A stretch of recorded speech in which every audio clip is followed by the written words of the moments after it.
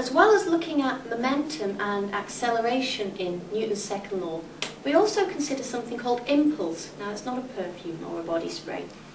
It's actually something that you've all experienced, I would imagine, when you've caught a cricket ball or a tennis ball. What you find is that you draw your hands back and it doesn't hurt as much as if you stand there and wait for the ball to smack you in your hands.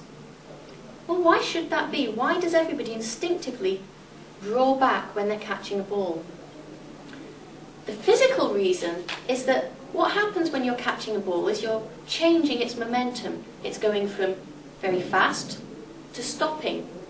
If you do that in a very short space of time, then you're creating a large change in momentum and a large force, and it hurts. If you change the momentum more slowly, then the force is also reduced and it doesn't hurt as much. So that's why when you're catching a tennis ball you draw back. Now, let's think about that change in momentum. We're applying a force times for a given amount of time gives us the change in momentum.